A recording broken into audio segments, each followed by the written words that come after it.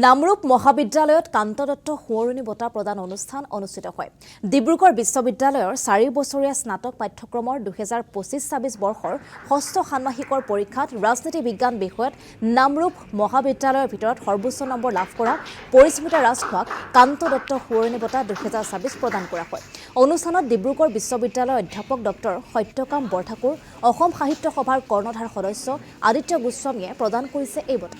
অধ্যাপক তথা বিশিষ্ট লেখক ডক্টৰ প্ৰদ্যুম্ন গোস্বামীয়ে আধৰা এই কান্ত দত্ত সোঁৱৰণী বঁটা প্ৰদান অনুষ্ঠানত উপস্থিত থাকে বিশিষ্ট শিক্ষাবিদ তথা নামৰূপ মহাবিদ্যালয়ৰ অধ্যক্ষ ডক্টৰ দুৰ্গা প্ৰসাদ গগৈ, শ্ৰীমন্ত শংকৰদেৱ সংঘৰ প্ৰাক্তন পদাধিকাৰ কমলাকান্ত গগৈ, বিশিষ্ট সমাজকৰ্মী মণিকান্ত চেতিয়া, ব্ৰহ্মপুত্ৰ ভেলী চাৰ নিগম উচ্চতৰ মাধ্যমিক বিদ্যালয়ৰ অধ্যক্ষা বৰ্ণালী চেতিয়া, স্বৰ্গীয় কান্ত দত্তৰ সহধৰ্মিনী নলিনী দত্ত আৰু ডিব্ৰুগড়ৰ বহু বিশিষ্ট ব্যক্তি।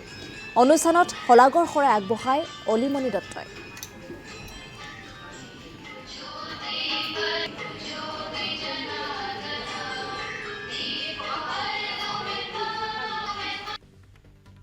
কান্ত দত্ত ডাঙৰীয়াৰ স্মৃতিত যি বঁটা প্ৰদান কৰিবলৈ আৰম্ভ কৰা হৈছে সেয়া এটা অতি শুভ লক্ষণ।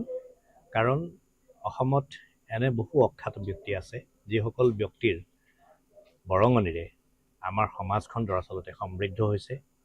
আৰু তদুপৰি যিসকল ব্যক্তিয়ে আমাৰ সমাজত এই কথা প্ৰতিষ্ঠা কৰিছে যে শৈক্ষিক যি ডিগ্ৰী বা শৈক্ষিক আনুষ্ঠানিক যিসমূহ ডিগ্ৰী, সেই ডিগ্ৰীসমূহতকৈ আমাৰ দক্ষতা আৰু সমাজখনক সুস্থভাৱে পৰিচালনা কৰিবৰ বাবে সেই দক্ষতাৰ সৎ ব্যৱহাৰ কৰাটো অতি প্ৰয়োজন।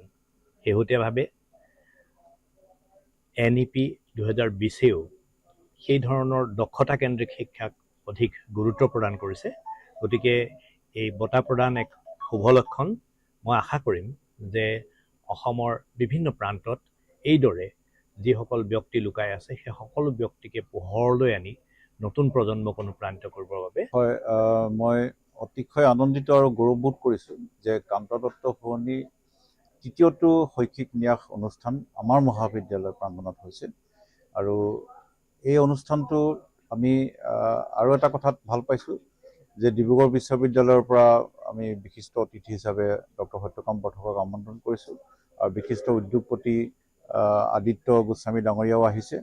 লগতে কান্ত দত্তৰ সুযোগ্য জোঁৱায়েক ডক্টৰ প্ৰদ্যুম্ন গোস্বামী দেৱৰ তত্বাৱধানতে গোটেই অনুষ্ঠানটো অনুষ্ঠিত হৈছে।